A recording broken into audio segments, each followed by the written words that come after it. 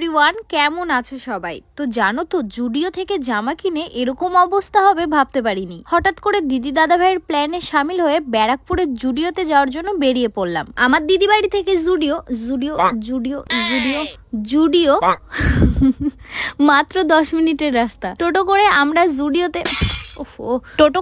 জুডিওতে পৌঁছে গেলাম। বাইরে বেরোনোর আগে ভাবি খরচ করব 10 টাকা, শুধু ভেবেই রাখি, কাজ আর হয় না। কিনতে এসেছিলাম জামা, মলে ঢোকার আগে দেখলাম আখের রস। এখানে 4 গ্লাস রসের পেছনে 80 টাকা খরচ করলাম। তোমরা কি ভাবছো 3 জন মানুষ 4 গ্লাস রস কেন?